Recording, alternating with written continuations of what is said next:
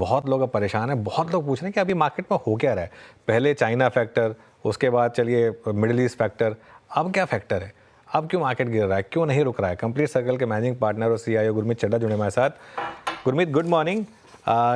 क्या अर्निंग्स का प्रेशर वाकई में इतना ज़्यादा अब मार्केट को लगने लगा है जिस तरीके की गिरावट आ रही है, और क्या ये यहाँ पर भी नहीं रुकेगा इसका मतलब? नहीं, हमें थोड़ा जज करना जल्दी होगा और अर्निंग सीजन अभी बस शुरुआत हुआ है। देखिए, थोड़ा ग्रोथ स्लो डाउन तो था। आपने पीछे चर्चा की थी नोमुरा में, उन्होंने भी बोला था कि जो एक वो और उनका एक जो प्रोप्राइटरी इंडेक्स है, जिसे कोइंसिडेंट इंडिया एक्टिविटी इंडेक्स बोलते हैं, जिसमें कंजम्पशन, इन्वेस्टमेंट और एक्सटर्नल सेक्टर्स को ट्रैक करते हैं, उसमें थोड़ा-सा स्लो डाउन देखने को आ रहा था। तो वो जो जीडीपी ग्रोथ है, वो ऐसा बोल रहे थे कि अभी 7 के नीचे है, जो जो उनका प्रोप्राइटरी इंडेक्स है। हमने देखा गवर्नमेंट एक्सपेंडिचर भी स्लो था, जो कि बड़ा ड्राइवर रहा है इन्वेस्टमेंट साइकिल का। अंडरशूट कर रहे हैं रोड में 35% से, सिर्फ अर्बन हाउसिंग में बजट मेंटेन्ड है। और ये एग्रेसिव एफआईआई सेलिंग हुई है, कुछ चाइना का फैक्टर है, कुछ वैल्यूएशंस है और कुछ कुछ प्रॉफिट बुकिंग है। और अगर 80,000 करोड़ की सेलिंग के बाद भी अगर आप 5-7% डाउन है, तो ये मार्केट का रेजिलियंस दिखाता है, मुझे नहीं लगता। और हमने एक 10% करेक्शन देखा ही नहीं है, पता नहीं कितना समय हो गया है। और अभी भी आप देखिए 1 साल का रिटर्न देखिए, निफ्टी का शायद 22-23% है। वाईटीडी देखेंगे अगर जनवरी से लेकर अभी तक, अभी भी 13-14% है। तो मेरे हिसाब से करेक्शन हेल्दी है और कुछ सैनिटी मार्केट में वापस लाता है। इसका बॉटम गेस करने की ज़रूरत नहीं है। मेरा ये मानना है बुल मार्केट के करेक्शन भी शार्प होते हैं और उतना ही स्टीप बाउंस भी आता है। ये हमने देखा है कई बार। हमने इलेक्शन डे वाले दिन देखा है, जब वॉर रिलेटेड न्यूज़ आती है तब देखा है। तो बाउंस बैक भी शार्प आएगा। और अभी फेस्टिव सीजन थोड़ा अर्ली है, थोड़ा कमेंट्री बजाज ऑटो की नेगेटिव आई कि इतना अच्छा सेल नहीं है, तो थोड़ा-सा मुझे लगता है ग्रोथ मोमेंटम स्लो हुआ है, वो मेरे आपसे ज़्यादा वरी है। दूसरा, अमेरिकन बाज़ार जो है, जो हम इस बार-बार चाइना फैक्टर बोल रहे हैं, वहाँ पे शायद बाज़ार ट्रम्प की विक्ट्री शायद धीरे-धीरे शायद प्राइस कर रहा है। अगर आप बेटिंग मार्केट की लीड्स देखें और यूएस मार्केट्स को देखें, तो अगर ऐसा सिनेरियो प्ले आउट होता है, तो जब पिछली बार ट्रम्प एडमिनिस्ट्रेशन आई थी, तो चाइना, मेक्सिको वगैरह के अच्छा संकेत नहीं था। तो मुझे लगता है इसको बहुत ज़्यादा हमें एक्स्ट्रापोलेट नहीं करना चाहिए और कुछ करेक्शन को पार्ट एंड पार्सल समझ के मूव ऑन करना चाहिए। ओके, तो पार्ट एंड पार्सल, तेजी आएगी तो मंदी भी आएगी या फिर करेक्शन भी आएगा। इस समय जो रिवर्सल आ रहा है वो निफ्टी बैंक लीड कर रहा है। निफ्टी बैंक आई थिंक अब 250 पॉइंट ऊपर ट्रेड करता हुआ। वॉलेटिलिटी अभी भी है, इसे आप राइट ऑफ ना करें। वो 51,500 वाला कॉल अच्छा खासा पैसा बनाकर दिया जो आशीष बहेती ने दिया था। गुरमीत, एक्सिस बैंक के आपने नंबर्स पढ़े, कल 2 नंबर्स आएंगे कोटक और एचडीएफसी बैंक के।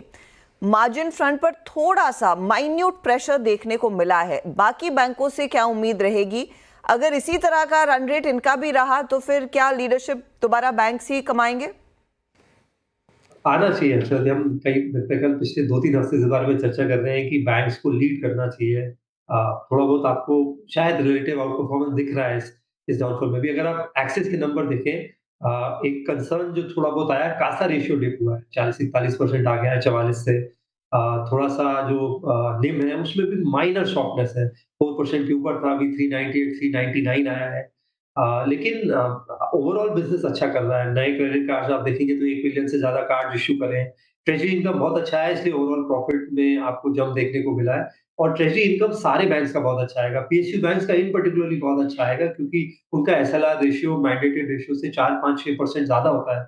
10 ईयर बॉन्ड यील्ड करीबन-करीबन 30-40 पैसा सॉफ्टन हुई है पिछले क्वार्टर में। और अगर पीएसयू बैंक्स थोड़ा-सा कोर ऑपरेटिंग परफॉर्मेंस जिसे हम बोलते हैं, उसमें अगर स्टेडीनेस दिखा पाएँ, क्रेडिट कॉस्ट में ज़्यादा वेरिएशन ना दिखाएँ, तो मुझे लगता है पीएसयू बैंक्स थोड़ा-सा और यहाँ से री-रेट हो सकते हैं। चाहे वो बैंक ऑफ बड़ौदा है, एसबीआई है, कुछ मिड लेवल बैंक्स हैं जैसे फेडरल बैंक है, क्वार्टरली अपडेट बहुत शानदार था। डिपॉज़िट ग्रोथ भी अच्छी थी और होलसेल अपना एडवांसेस ग्रोथ भी अच्छी थी, स्पेशली रिटेल साइड में। तो मुझे लगता है बैंक्स को अच्छा करना चाहिए। एनबीएफसी सिलेक्टिवली अच्छा करेंगे, जहाँ पे आरबीआई सख्त हो रहा है, उस पॉकेट को आप अवॉइड करिए।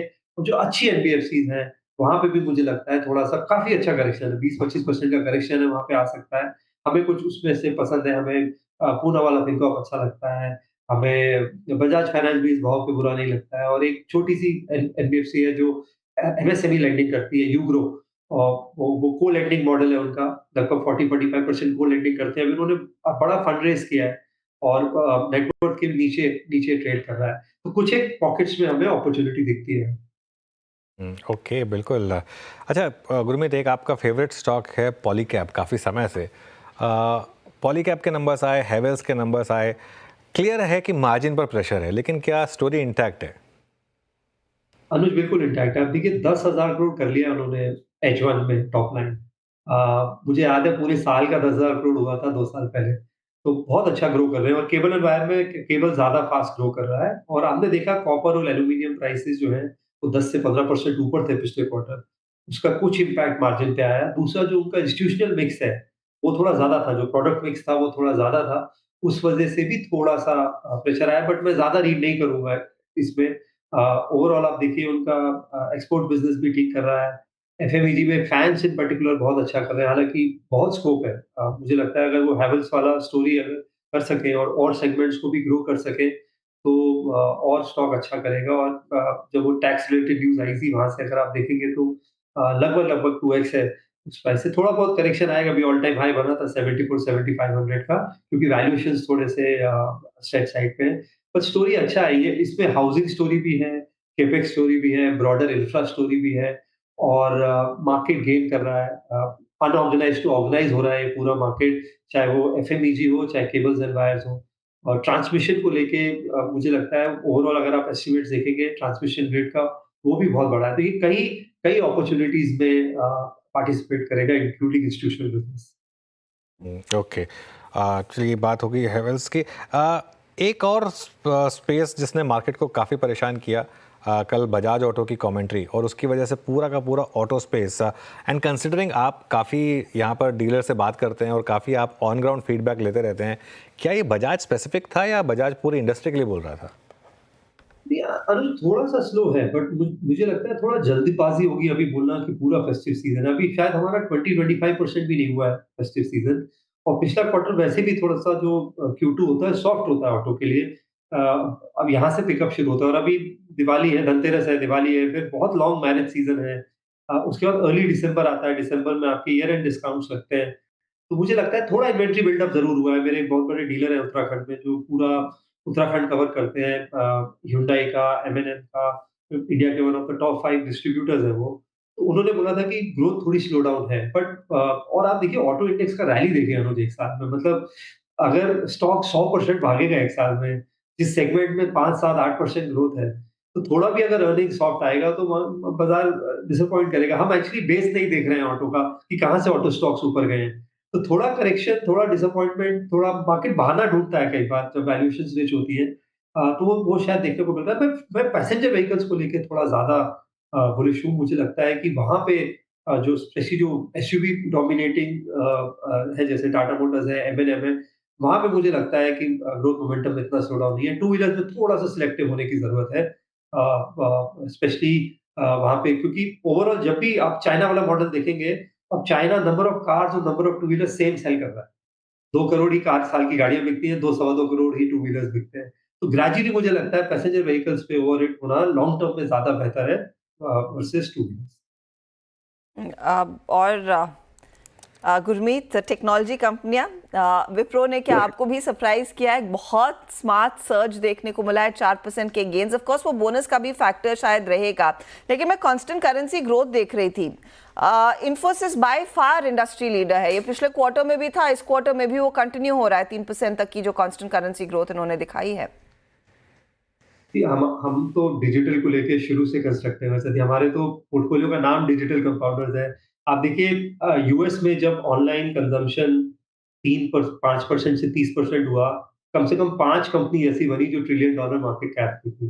इंडिया में अभी भी ऑनलाइन जो कंजम्पशन है 5% है, ये भी 25-30% जाएगा। नई जनरेशन से आप बात करेंगे तो जाएगा। इनफैक्ट मुझे कल पोर्टफोलियो मैनेजर ने बहुत अच्छी बात बोली कि सबसे बड़ा जो सेकंड एक्सपेंस आइटम है हाउस यूटिलिटीज़ के बाद, वो डिजिटल रेंट है। आपके फ़ोन बिल, वाई-फाई के बिल, जो हम ये ओटीटी रिचार्ज करते हैं, तो एक बहुत फास्टेस्ट ग्रोइंग सेगमेंट है और मुझे ऐसे लगता है थोड़ा-सा शिफ्ट होगा टेक। अगर आपको एक टेक पोर्टफोलियो बनाना है, तो आपको थोड़ा-सा प्रोडक्ट, टेक रिलेटेड पोर्टफोलियो बनाना पड़ेगा। आईटी सर्विसेज़ जो है हाई सिंगल डिजिट मल्टीपल है। इनको लेने का समय 6 महीने पहले था जब ये स्टॉक्स में करेक्शन था। जब ये स्टॉक गिरे हुए थे, इन्फोसिस 1200 था, एचसीएल ₹1000 था, टीसीएस ₹3000 था। इस लेवल पे आपको शायद एफडी प्लस 2% वाली ग्रोथ ये देंगे। कैश रिच कंपनीज़ हैं, हाई आरओसी बिज़नेस है। आपको IP related e com related, product related companies पे फोकस करना चाहिए, जैसे ज़ोमैटो है, पीपी फिनटेक है, विद इन उसमें परसिस्टेंट है, न्यूजेन है, केपीआईटी टेक्नोलॉजीज है। तो हम डिजिटल पोर्टफोलियो को थोड़ा-सा प्लेटफ़ॉर्म ड्रिवन सी हमने देखा है जो यूएस में होता है वो 15-20 साल के बाद इंडिया में होता है। हमारे पास अभी भी सबसे बड़ी ई-कॉमर्स कंपनी नहीं है। अगर आप ब्लिंकिट देखें तो क्या है 2000 करोड़ है क्वार्टर का रन रेट। ये कितना बढ़ सकता है अगले 2 साल में? तो थोड़ा-सा आपको डिजिटल पोर्टफोलियो दूसरे तरीके से बनाना पड़ेगा। आईटी सर्विसेज़ कुछ पार्ट होंगे उसके, ज़्यादा आपको उसमें e-commerce, platform, IP related, software related businesses डालने पड़ेंगे। इनफैक्ट मैं कल एक रिपोर्ट वो स्नैप इंक और बीसीजी ने जो लिखी थी वो पढ़ रही थी कि जेन जी 37.7 करोड़ की पॉपुलेशन और भारत की इस समय जो आबादी है सबसे ज़्यादा योगदान इन्हीं लोगों का है। वो वर्कफोर्स में ऑफ कोर्स पार्टिसिपेट करते हुए दिखाई देंगे, तो उनका कंजम्पशन स्पेंड लार्जली इन न्यू टेक्नोलॉजी कंपनियों में रहेगा। क्योंकि आपने जोमेटो मेंशन किया, वहाँ पर भी of course out of home हो या फिर इन होम डिलीवरी हो, उसमें कंपनी एक बहुत इंपॉर्टेंट प्ले रहेगी। ये जो फंड रेज है इसे आप कैसे पढ़ रहे हैं? क्या ये एक आर्सेनल तैयार कर रहे हैं? क्योंकि इनके पास ऑलरेडी $1.5 बिलियन कैश है। I think post IPO Swiggy के पास $1 बिलियन रहेगा। ये क्या अपना कैश $2 बिलियन तक ले जाना चाहते हैं? देखिए, आप पीटर लिंच की बहुत पुरानी सेइंग है, business is where the consumer is. आप अपना और मेरा स्क्रीन टाइम देखिए और यंग जनरेशन का स्क्रीन टाइम देखिए, 7-8 घंटे है।